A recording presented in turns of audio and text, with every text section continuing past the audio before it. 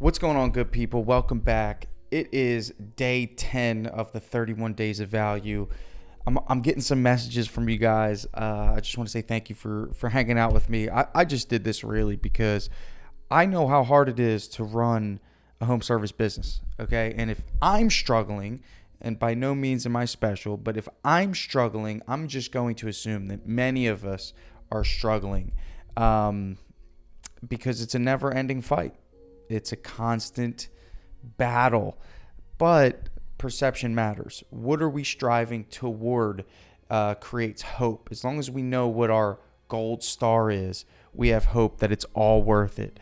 I implore you to adjust your thinking that making money is the goal, because there's never enough money and it'll only stress you out. So aim for impact. That's my very important message for today. So in terms of impact, I want to kind of help you reframe your thinking around what it is that you are striving toward. Quick story. I grew up with a father who owned a quote unquote painting business.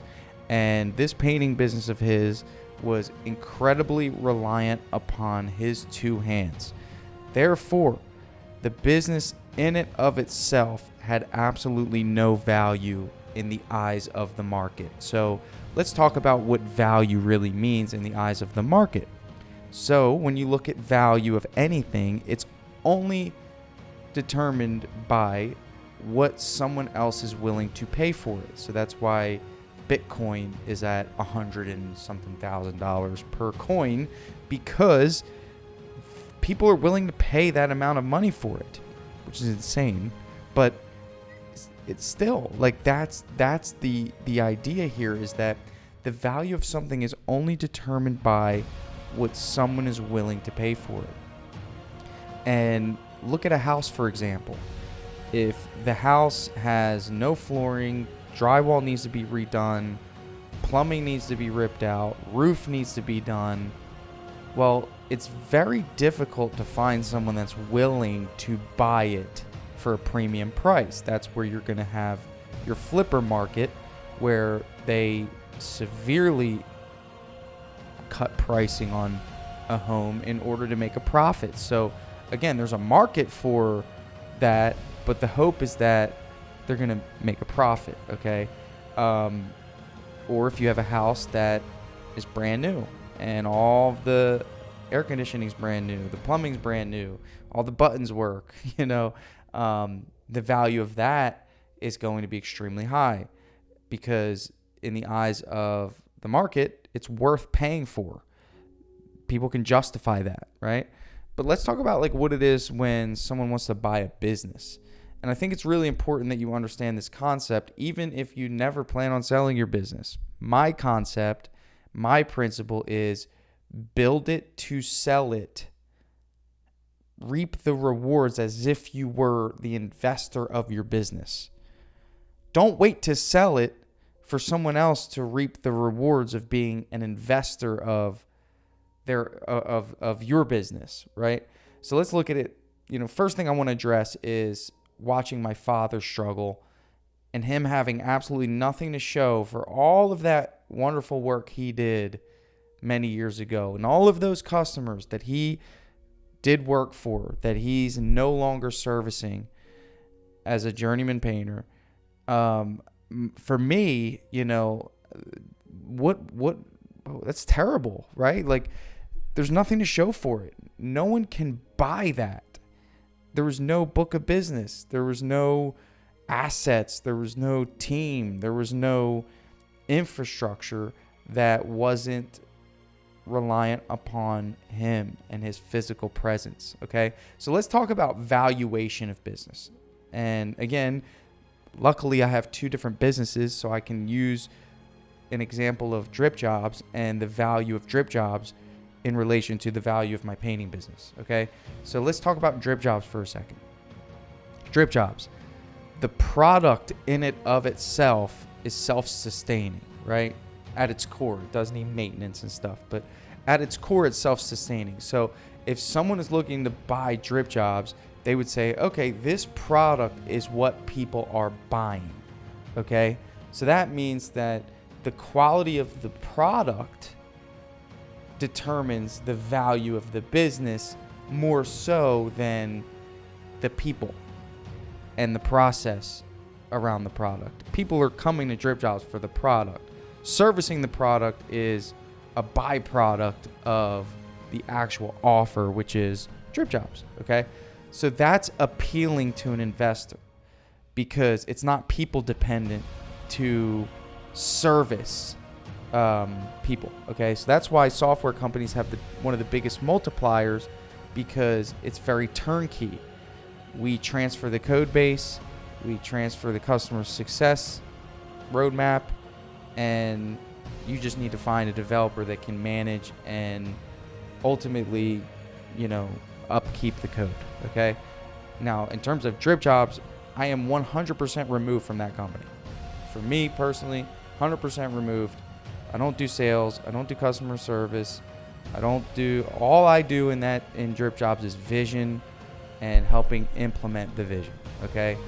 Which is valuable. But if we were just looking at a transaction here, if someone were to come buy Drip Jobs, they would just have their own vision for how they want to improve the software.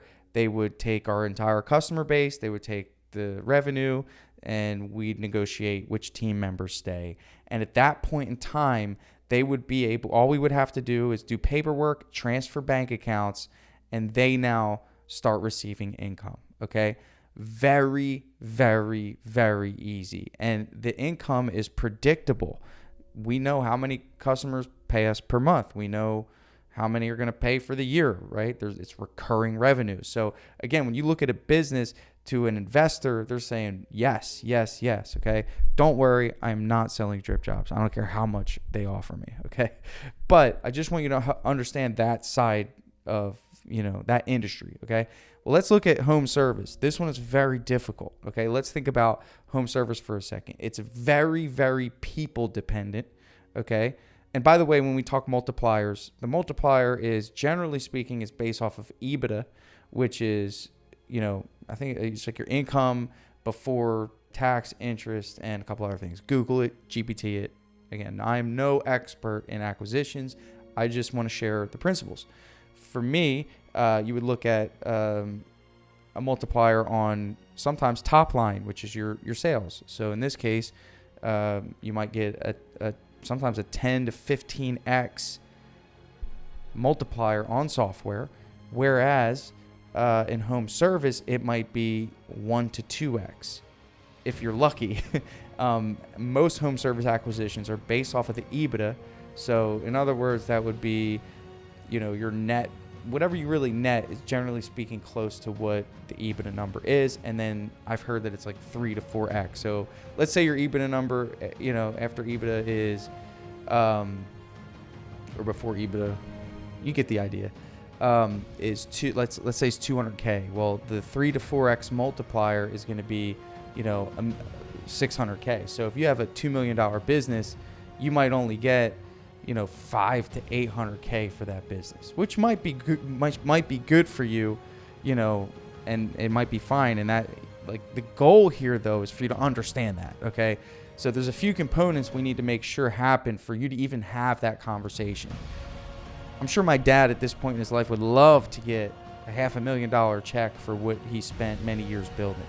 I'm sure life has happened to some of you to where at some point or another, like, you thought, man, I'd really love to start something new, or I'd really love to exit my painting business. The first thing you need to understand is what you did create has value. The idea is to create more value with what you create. And we need to look at it through the lens of an investor. When people invest in something, you got to understand that people want to make more money because of that investment. I've never invested in anything and thought, man, I can't wait to do more work. Like, no, it's like the goal of an investment is I want to take money, move it into this vehicle, which might be this painting business. And because I invested X amount of money, not only do I want to increase the value of the asset, not only do I want to make it better, get new trucks, pay more for marketing, pay more for branding, I want to be able to receive more money on the money that I spent. Okay, so if I put in 100K to this painting business, The value of the company is 100K. I know that if I add cabinet refinishing as an offer and I do all these other things, okay, add team members, add trucks, add management, okay, the value of the business in and of itself is going to go up to, let's say, 500K, okay? Let's say 500K. With that said, while I'm increasing the value of the company, I'm also making profits, right? So it's just like you would look at a house, right? So if the house is 100K, I might look at it and say, well, if I add the roof and I add painting and I add flooring, if someone were to buy this house after I'm done making it nicer, I just took my 100K capital and turned it into 500K, okay? But the entire time that I own that house, I'm renting it out and I'm making cash flow month to month to month to month, okay? And that example represents your profits as a business owner, okay? So we should always be thinking of our business as a house that we want to be self-sustaining, self-sufficient, and we want us as the business owner to be completely removed from the day-to-day operations, okay? This is very important because you want to look at it through the lens of an investor. And most people that buy home service companies, like someone that buys your company, generally speaking, they're going to want to be an owner-operator unless you sell it to private equity, which could happen. But in the painting business, generally speaking, like the buyers are usually people that want to own and operate an already established painting business.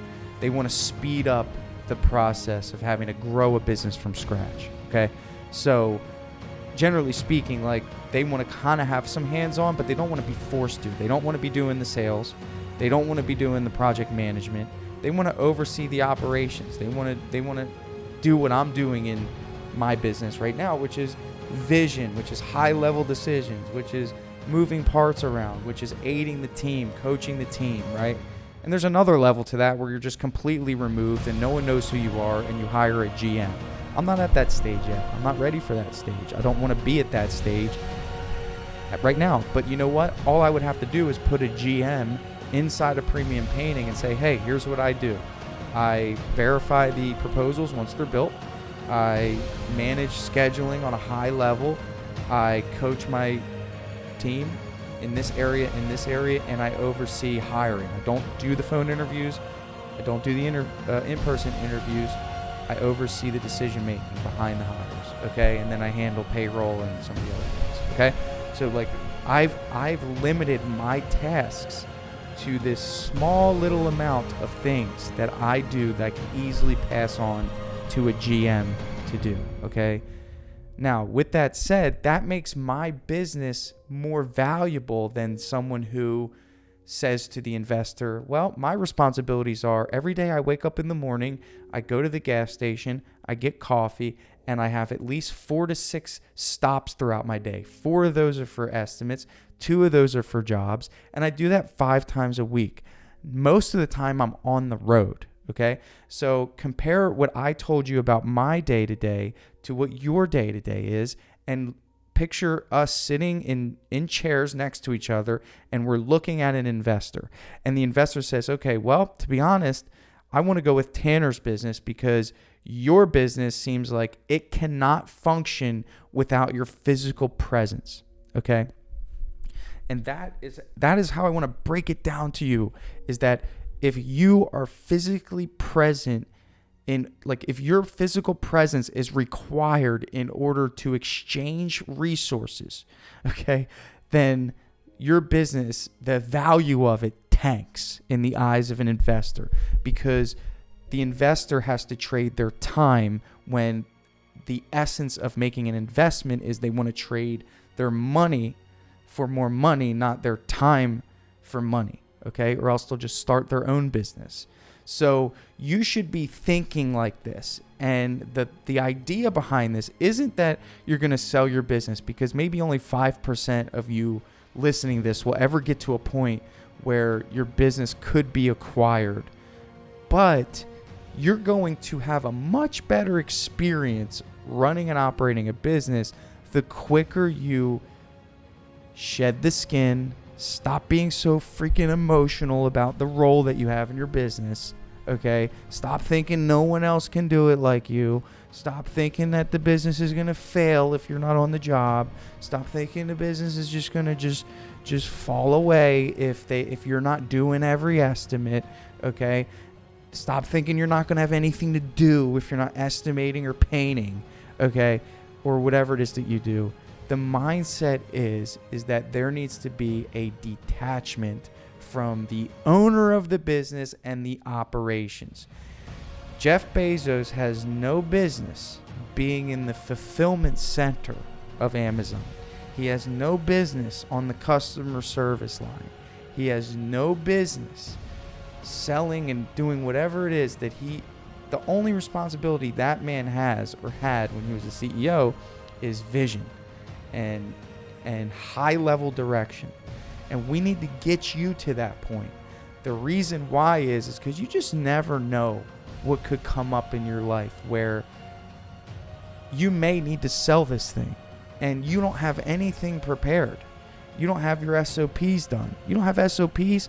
Dude, if you don't have SOPs in your business right now with AI, you're just lazy. You have to be. You don't care. That has to be it. AI will write the whole dang thing for you. You just got to tell it what you want it to say. Make an SOP for everything in your business. Say, hey, I do this, I do this, I do this, I do this, I do this, I do this. Save them all as a document. Put them in Google Drive, okay? Takes freaking 20 minutes, but that's part one of selling a business is like, okay, well, how does this freaking thing operate? I need to know that. You should have that ready to go.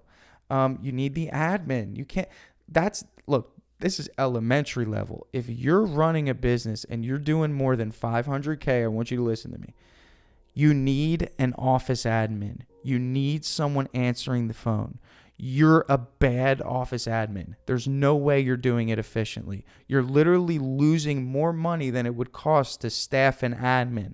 I call it lead insurance. Okay, so let's say all my admin does, which she does much more, but all she did was just make sure that when people call that they're taken care of. That's $15 an hour to make sure that I have a shot at making $5,000 on a job that someone who didn't get their phone call answered would go somewhere else to spend. Okay, so like mindset shift, man. You can't keep going this way. Like you have to sit down and figure it out. You got to get the admin. And I'll give you a little secret. Go on Indeed.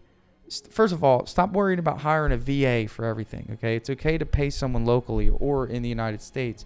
I think it creates a better experience for U.S. customers. Go on Indeed, you can actually put out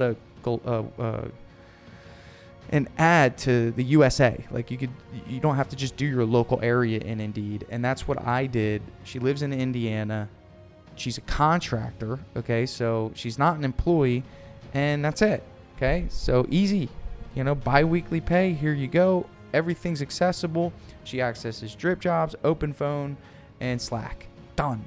Easiest decision ever. I will never run a business without an admin, okay? And at $500K, you can afford it, and you're literally losing money by not having someone answer the phones for you.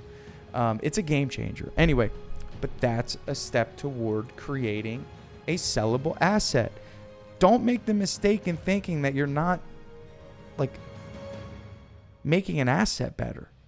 Like that's what you're there to do. You have an asset, and you either have an asset that's costing you time and money or one that's making you money. There's no in between. That's how you need to look at it. You need to look at it through the lens of a real estate investor looking at a property. Some of you guys are so married to your little property, that like you just have this like attachment to it, and it's a freaking investment. Like, I'm sorry. Like, I know that it's emotional. I know that you came up with the name and you drew the logo, but it's an investment, dude. And you got to treat it like that, because there could be a time period where you need to sell this thing, or there could be a time period where life happens. There could be a time period, and you want to be ready for that. You want to have a sellable asset, and you don't want to be scrambling when that time comes. So the benefit of doing that is your hope, your gold star standard is I want to get to a point where I don't do any estimates, I don't do any administrative work, and I don't have to manage projects. If I can just get there, everything else will fall into place. But most of you listening to this right now are driving to an estimate or driving to a job. Some of you guys are working out right now, which is good, but most of you guys are in the car. Okay, I know this because I've asked.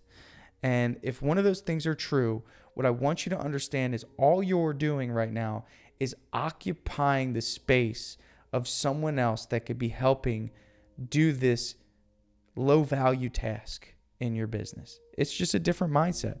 So with that said, the goal for this message today was to help align your thinking, give you a gold star standard, help you see through the lens of an investor. If I were to buy your business, how much work would I have to do? And do you have to come with me? Here's another thing, by the way.